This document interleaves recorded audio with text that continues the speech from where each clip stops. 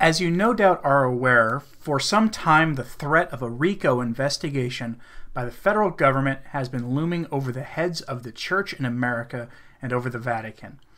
Some weeks ago, federal investigators had informed U.S. bishops not to destroy files relating to personnel or sex abuse cases, as they may find themselves under the microscope of a federal probe.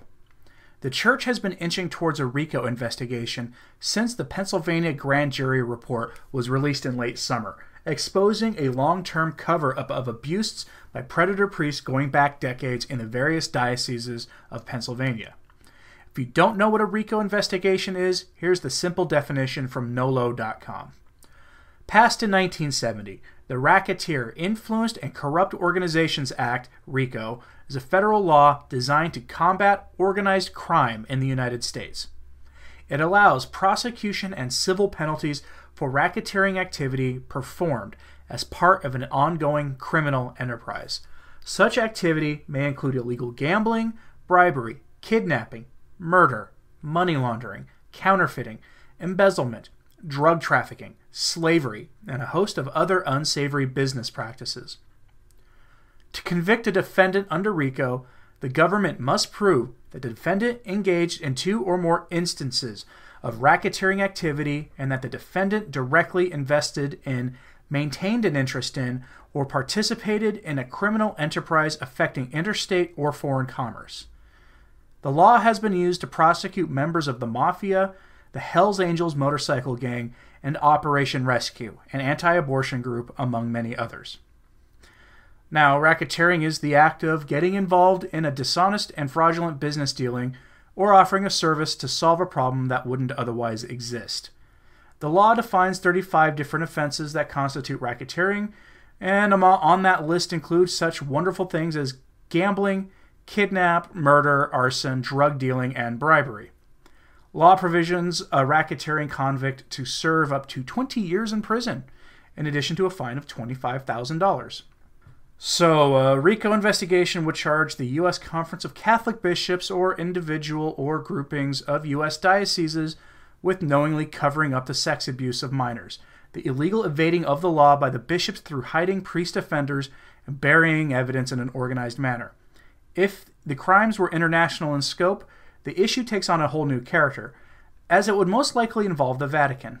Just so we're clear, this is a gigantic ask that many are asking of the federal government, as going after the Catholic Church has not been done in this manner by any government anywhere in history. This wouldn't be a persecution in the sense that the USSR or Napoleon or the Masonic government of Mexico had done in modern times. This is something else entirely. Remember that the consequences of being found guilty of RICO violations include not only the prison sentences and large fines, but also the seizing of property, of which the Catholic Church infamously owns an unfathomable amount. This could get very ugly, especially in light of the following article from Church Militant.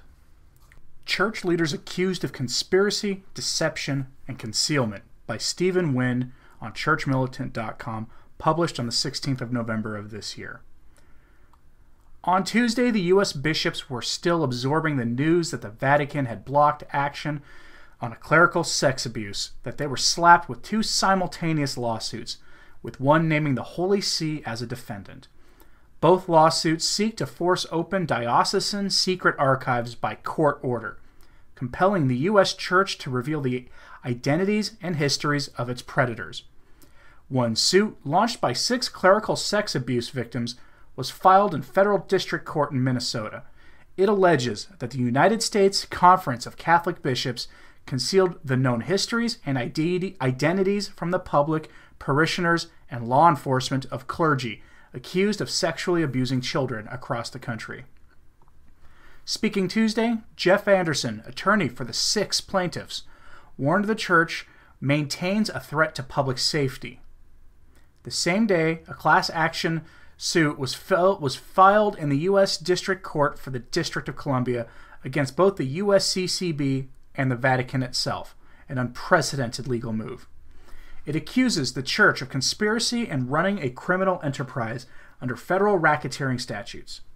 According to the 80-page class action lawsuit, this case is about the endemic, systemic, rampant and pervasive rape and sexual abuse of plaintiffs and class members perpetrated by the Roman Catholic Church, cardinals, bishops, monsignors, priests, sisters, lay leaders, members of Catholic religious orders, educators, and other of defendants' personnel, members, agents, and representatives, collectively clergy or Catholic clergy, while serving in active ministry, with the knowledge of defendants.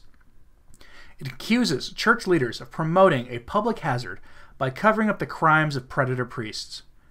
Rather than safeguarding and protecting plaintiffs and class members who were minor children at the time, defendants protected the abusive clergy, took extraordinary measures to conceal their wrongful conduct, moved them from parish to parish without warning church members or the general public, thereby further facilitating their predatory practices, failed and refused to report the abusive clergy to law enforcement or other responsible authorities as required by law, and, incredibly, even promoted the abusive clergy. Hello, Ted McCarrick. Defendants' wrongful acts are ongoing and continuous. The class action suit accuses the church of violating the Federal Racketeering, Influenced, and Corrupt Organizations Act, which was originally devised to target organized crime syndicates. It seeks to triple financial damages for unlawful and intentional schemes, actions, inaction, omissions, cover-up, deception, and concealment, obstructive behavior regarding investigations, and conspiracy of silence, which constitute assault, breach of fiduciary duty, negligence, gross negligence, negligence per se, intentional infliction of emotional distress, wrongful death, public nuisance, conspiracy, and aiding and abetting. The class action suit is historic in that it attempts to hold the Vatican liable in the United States for the actions of its clergy, a first. Up to now, the Vatican has avoided liability by claiming it has no direct authority over clergy. But this assertion was shattered on Monday when the Holy See blocked the USCCB vote in Baltimore. If that's not command responsibility, I don't know what is, said attorney Mitchell A. Toops, who is helping lead the class action suit. It has been said by many of the aware Catholic commentators that the disastrous USCCB conference of the bishops last week was made all the worse by the intrusion of Pope Francis into the process, and that this could have wide-ranging consequences that were, at that time, yet to be known. Now we know what those consequences are.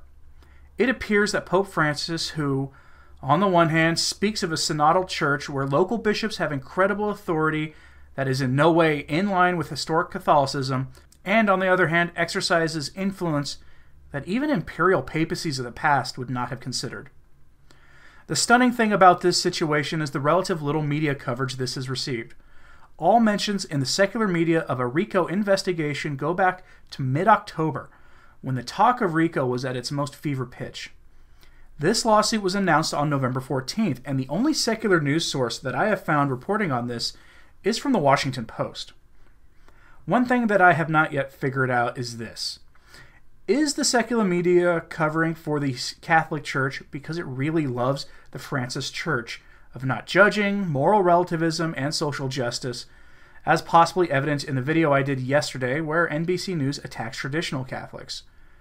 Or is the media just completely disinterested in what goes on in the church until something massive happens that can no longer be ignored? I'm hoping for the latter, but I'm not betting on it. I'm really not sure which is the case. Either way, remain vigilant and keep praying for the church. If you like videos like this, like and share this video and subscribe, and click the notification bell below. You can support my work if you want to through Patreon. A link is found in the description below, along with links to my Twitter, the blog, and the Facebook page I manage. Return to tradition, I'm Anthony Stein. Ave Maria.